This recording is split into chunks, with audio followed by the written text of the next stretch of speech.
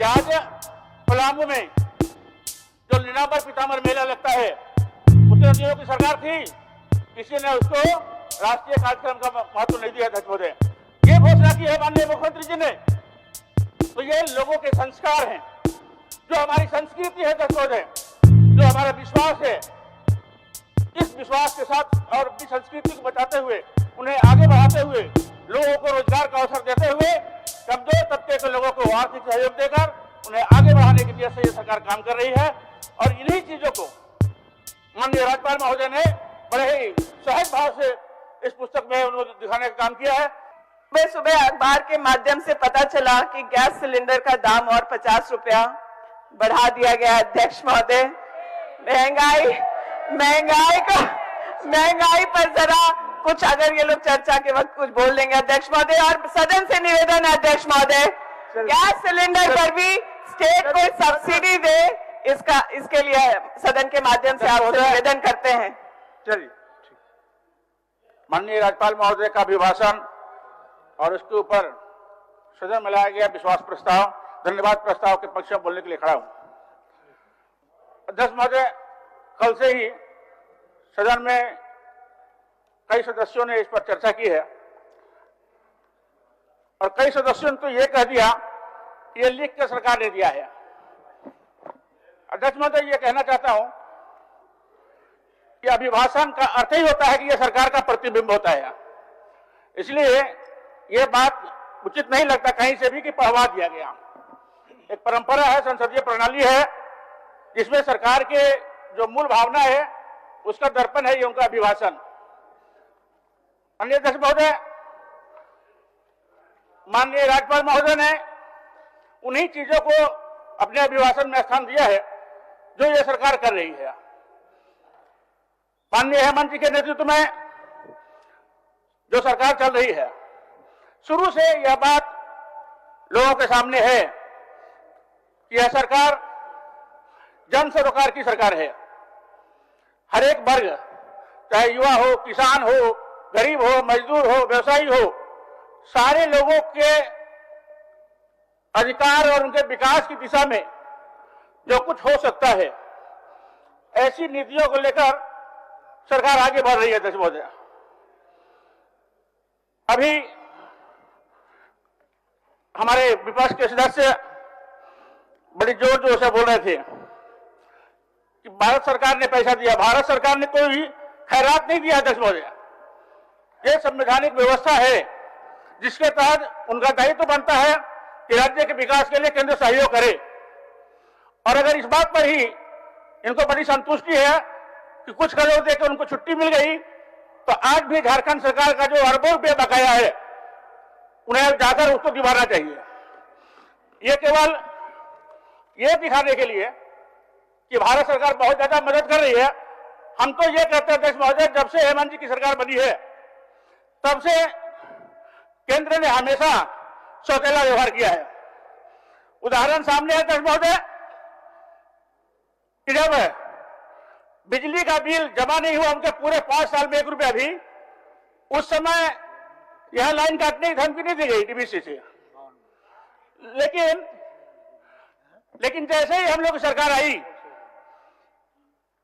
DVC ने कहा कि पैसा आप नहीं भरेंगे तो आपका लाइन कर दिया जाएगा।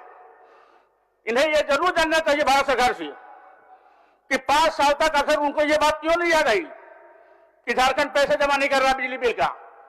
और हेमंत सोरेन जी की सरकार बनी और उन्हें चेत आ गया, पता नहीं किस नशे में थे कि उनको 5 साल में पता ही नहीं चला।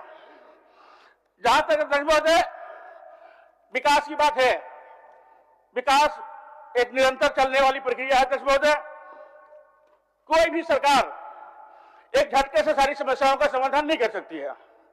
इसके लिए हमें यह बताने की जरूरत नहीं है अध्यक्ष महोदय कि हेमंत सोरेन ने विषम परिस्थिति में, कोरोना काल सब लोग समझते हैं अध्यक्ष महोदय, सभी ने देखा है, लोग ये कहते हैं 3 साल बीत गया, लेकिन हम ये कहते हैं 2 साल जिस परिस्थिति में लोग जिया है, उस विषम परिस्थिति में माननीय मुख्यमंत्री जी ने जिस कुशलता का परिचय दिया, झारखंड अपने आप में एक मिसाल बना। अध्यक्ष महोदय, कुछ विकट परिस्थितियों में भी एक तरफ जहां उन्होंने लोगों की जान की रक्षा की, उस कोरोना से लड़ने की शक्ति के लिए अपने आप को न्यौछावर किया और उन्होंने एक संकल्प लिया कि हम झारखंड में ना तो किसी को भूख से मरने देंगे, ना ही बीमारी से मरने देंगे। और इसमें ये हम कहें तो बहुत ही सफल रहा है ये राज्य। जब कोरोना जैसे संक्रमण में हमारे यहां लोगों की कम से कम मौत हो गई है महोदय, उसके साथ साथ एक तरफ लड़ाई लड़ रहे थे बीमारी से, दूसरी तरफ अर्थव्यवस्था को बराबर रखने की बात भी चल रही थी। उस विकट परिस्थिति में भी हमारे झारखंड के लोग भूख से न मरे और उन्हें काम भी मिलता रहे, इस दृष्टि से भी वहां पर काम किया गया जिसमें लोगों को रोजगार मिल सके, उनके लिए खाने का व्यवस्था हो सके, दवाइयां मिल सके, ये सारी व्यवस्था सरकार ने की और अर्थव्यवस्था को पटरी में लाने का काम किया। आज हम लोग जब कहते हैं कि किसानों के लिए काम कर रही है तो लोगों को लगता है ये केवल ऐसे बात करते हैं। हाथ कंगन को आरसी के अध्यक्ष बोले, अब उसमें जो कुछ हो रहा है वो सबके सामने है। 2 साल में 2 अभियान चला सरकार का, एक आपकी अधिकार आपके सरकार आपके द्वार, और दूसरा इस साल भी आपकी योजना आपकी सरकार आपके द्वार। इस कार्यक्रम में सरकार गांव तक जाकर और पंचायत स्तर पर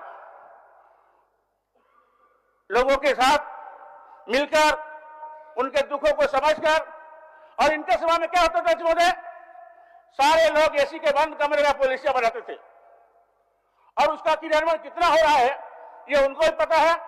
आप भी जानते हैं महोदय, हम सब लोग जानते हैं कि कैसे अपनी योजनाओं के तहत झारखंड के लोगों को, किसानों को कमजोर किया गया। धड़ल्ले से लोगों को व्यक्तिगत जमीन को भी सरकार के खाते में डाल दिया गया था महोदय। आज जो झारखंड में जमीन का लड़ाई चल रहा है,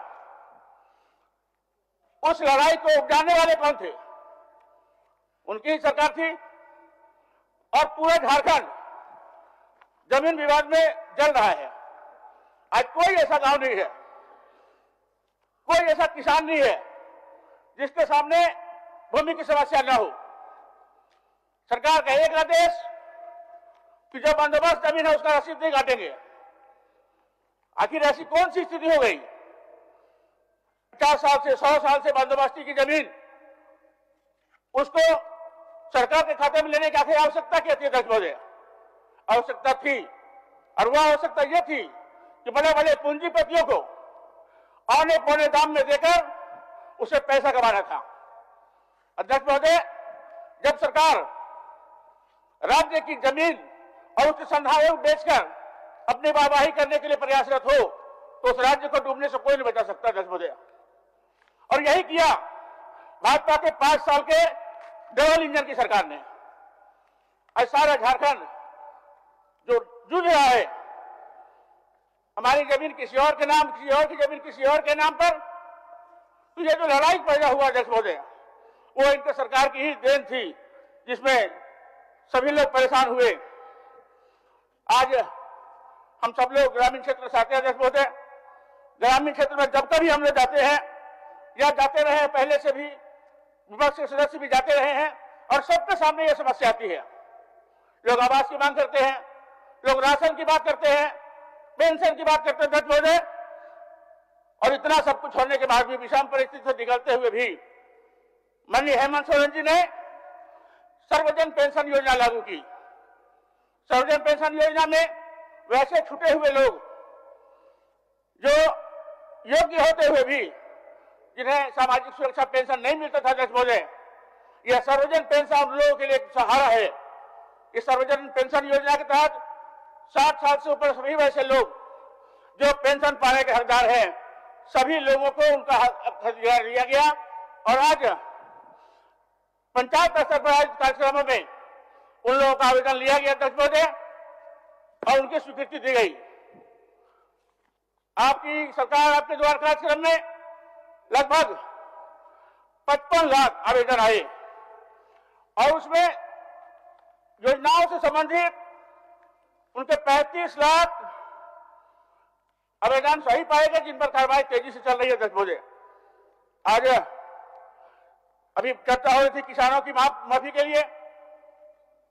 क्या ये लोग नहीं जानते कि विषम परिस्थिति में होते हुए भी सरकार ने एक पहल तो की कि जहां लोगों के जीने की बात थी उस जीवन रक्षा के बीच में 10 बजे हर एक राज्य की क्या स्थिति थी, अपने राज्य की क्या स्थिति थी, और उस स्थिति में भी सरकार ने 50,000 रुपया किसानों का माफ किया। 10 बजे ये प्रशंसा के योग्य कार्यक्रम है। 10 बजे कि जो वादा किया था हम उस पर आगे बढ़े हैं। उसके साथ साथ 10 बजे सावित्रीबाई फुले किशोरी समृद्धि योजना, इसके मकसद पर अगर जाए 10 बजे तो इतना जरूर महसूस होगा। यह माननीय मुख्यमंत्री जी की एक ऐसी सोच जिसमें आज कन्याओं को, लड़कियों को 8 क्लास के बाद पढ़ाई छोड़ देने की नौबत होती है बहुत स्थान पे। उनके अभिभावक अपनी लड़कियों को पढ़ाने में कम रुचि रखते हैं, उनका ड्रॉप आउट होता है 10 बजे। और उसके साथ साथ एक बीमारी और, नाबालिग बच्चियों की शादी। इस योजना ने यह साबित कर दिया 10 बजे कि माननीय मुख्यमंत्री जी का जो विजन है वह यह है कि हमारी जो लड़कियां हैं राज्य की वो 8 क्लास के बाद पढ़ाई नहीं छोड़े बल्कि आगे भी जाएं। इसलिए प्रोत्साहन राशि के रूप में 10 बजे 8 से लेकर +2 तक करने में एक मुश्त उनको 18 साल के बाद 40,000 रुपया मिलने वाला है। 10 बजे ऐसी कोई योजना बताएं जिस योजना में इन्होंने डायरेक्ट बेनिफिट देने का काम किया हो। 10 बजे आज छात्रवृत्ति के मामले में SC, STC, OBC, अल्पसंख्यक सभी वर्गों के छात्रों के लिए जो छात्रवृत्ति की घोषणा माननीय मुख्यमंत्री जी ने की है वो निश्चित रूप से बधाई के पात्र है कि इस स्थिति में किसी को गरीबी से न जूझना पड़े।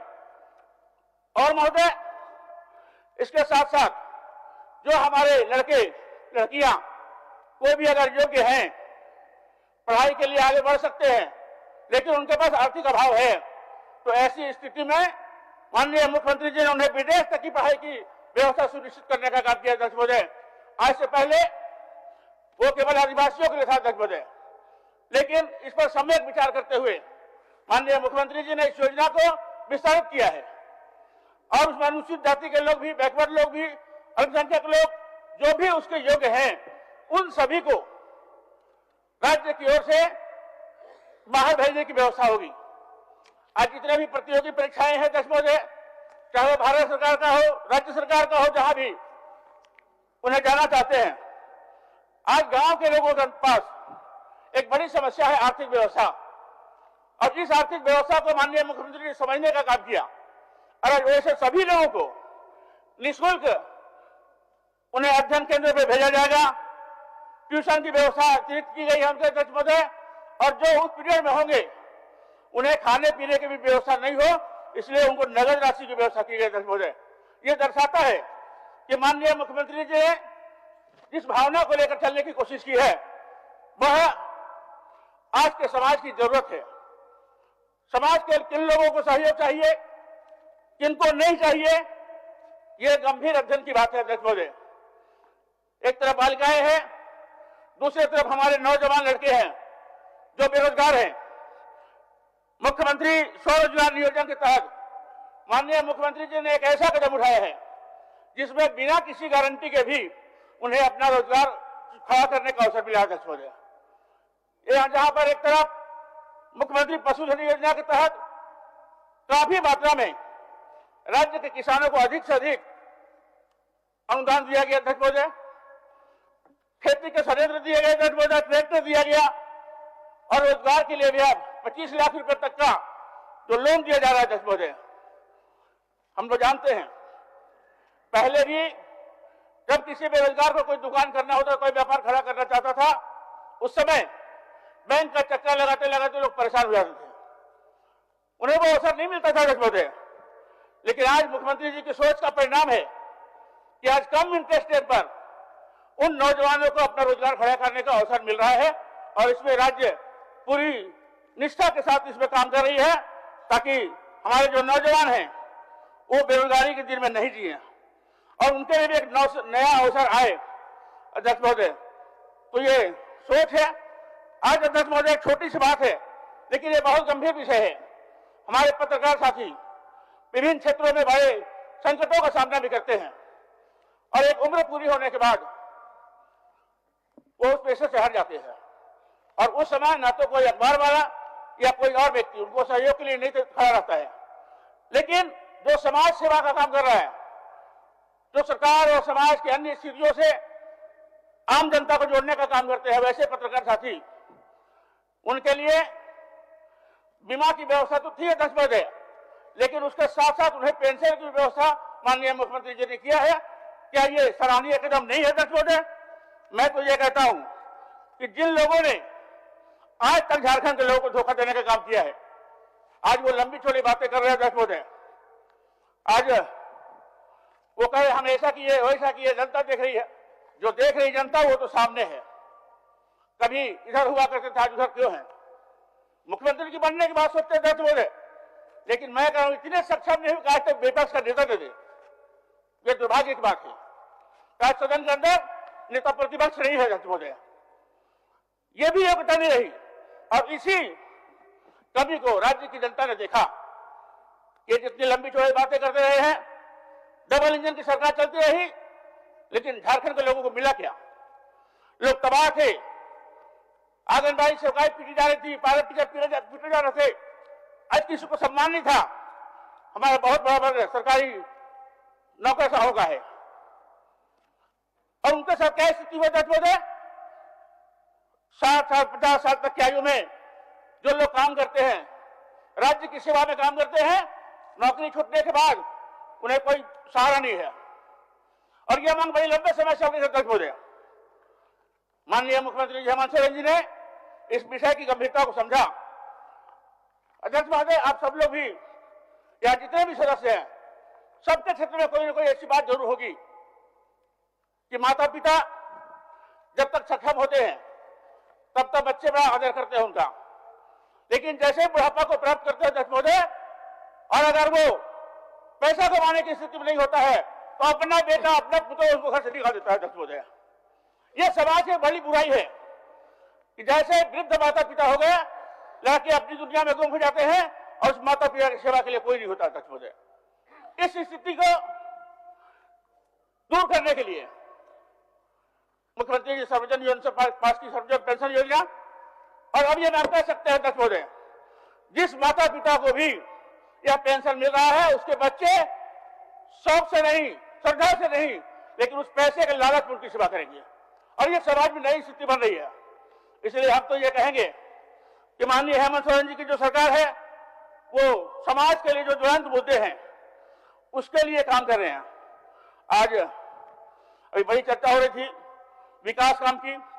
अध्यक्ष महोदय, मैं किताब की पंक्तियों को पढ़ना चाहता हूं, लेकिन इतना जरूर कहता हूं कि आज जिस तरह से तेजी से ग्रामीण सड़कों का निर्माण हो रहा है, वैसी सड़कें जो निर्माण के बाद से आज तक जिसमें 1 रुपया मिट्टी नहीं डाला गया और चलने के काबिल नहीं बचा है, सबके क्षेत्र में होगा, लेकिन वैसी सड़कों को जो निर्माण के बाद कभी मरम्मती नहीं हुआ, वैसे सड़कों को सुदृढ़ करने का काम माननीय मुख्यमंत्री जी ने लिया है 10।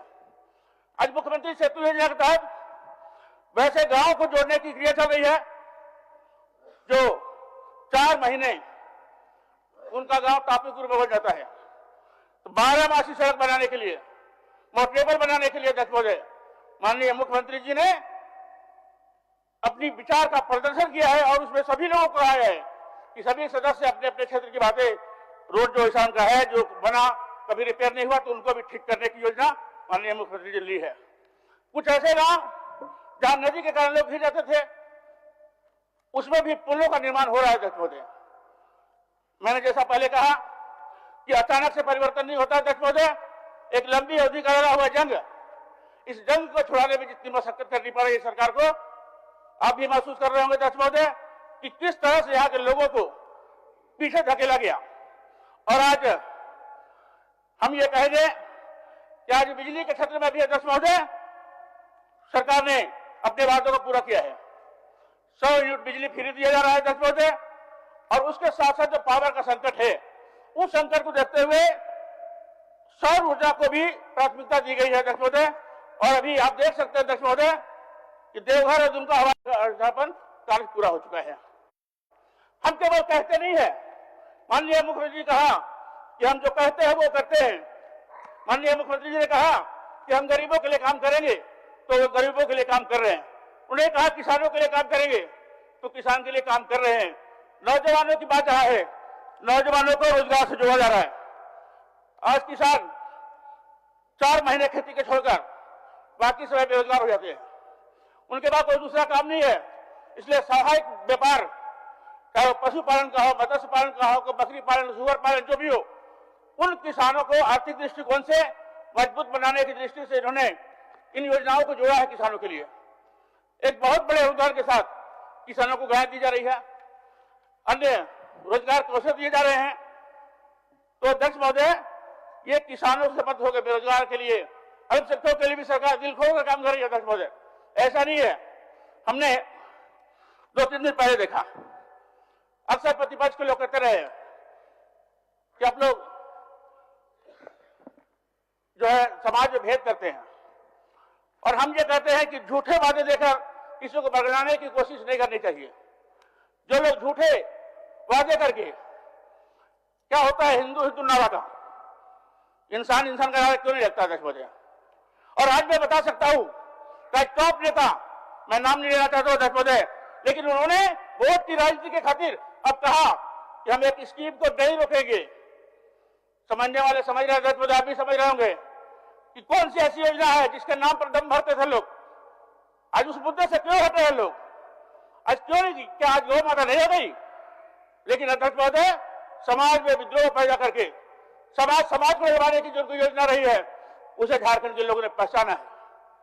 और उनकी इस बात मंशा को पहचानते हुए जिस प्रकार से जमीन लूट हुई, जिस प्रकार से यहाँ के छोटे छोटे कर्मचारियों का शोषण हुआ, यही नहीं अध्यक्ष महोदय, मैं एक बात और कहना चाहता हूं कि हमारे राज्य में बहुत बड़ी संख्या में पुलिस प्रहरी है, कार्यरत है, और सिपाही दुर्गम क्षेत्रों में भी काम करते हैं। बीच में कुछ दिनों के लिए शुरू हुआ था ध्रुव भत्ता, लेकिन बाद के साल पूरा 5 साल बंद हो गया अध्यक्ष महोदय, और उन्हें लगने लगा था कि हमें क्या एक प्रोत्साहन राशि तो मिलनी चाहिए। माननीय मुख्यमंत्री जी ने 12 महीने की जगह 13 महीने का वेतन देने का काम किया अध्यक्ष महोदय। और आपने देखा होगा किस प्रकार से हुजूम बनाकर पुलिस के लोग, किसान, पैरा टीचर, सहिया बहनें किस प्रकार से आकर मुख्यमंत्री जी का स्वागत कर रही थी।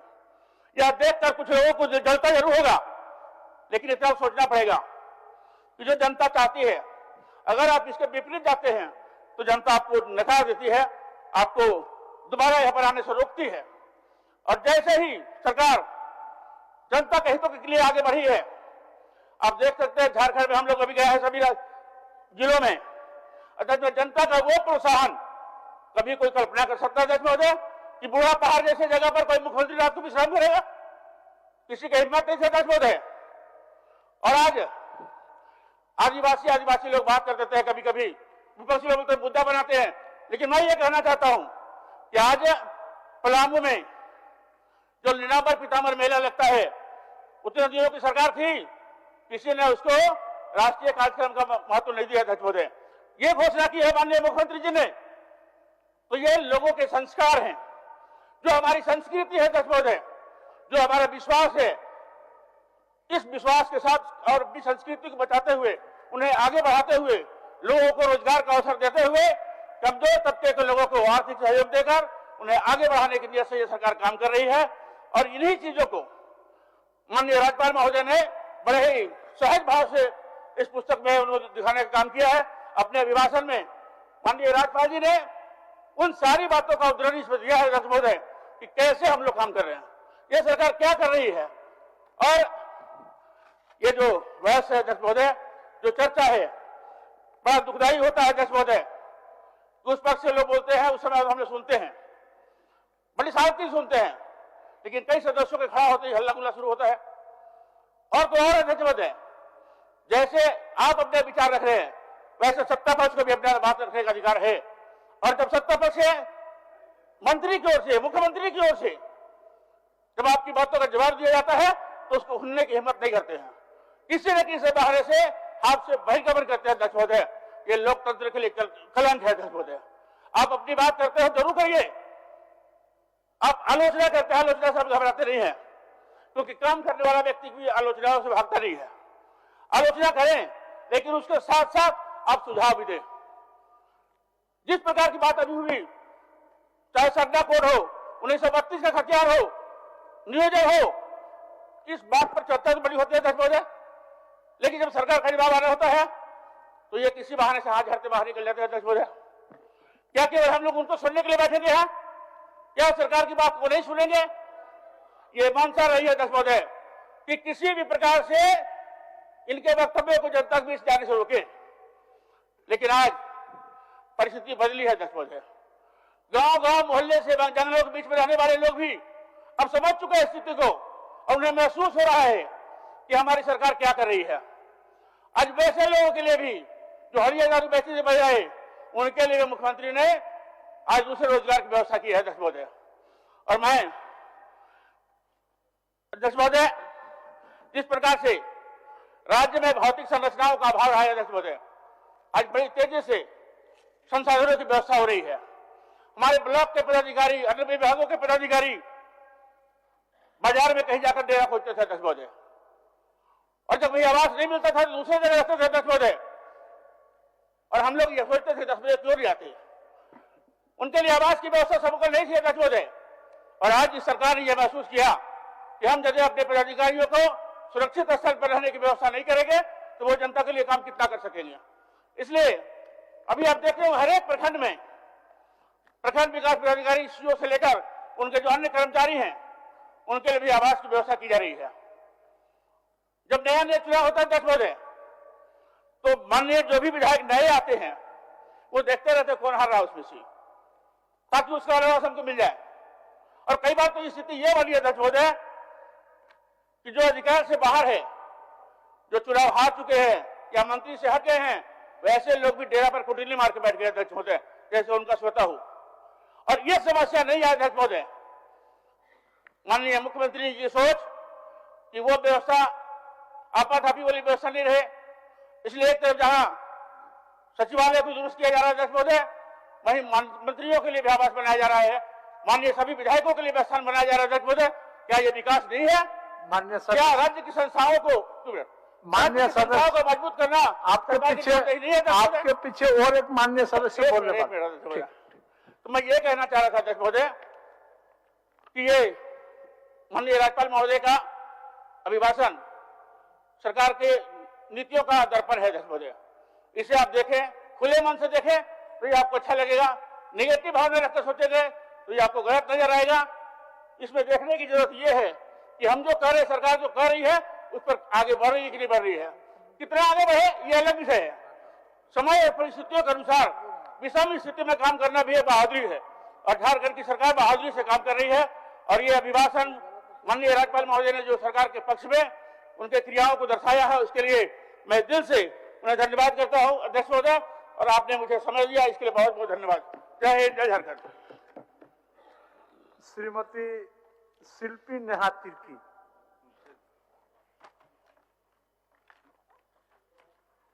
अध्यक्ष महोदय, महामहिम राज्यपाल के अभिभाषण पर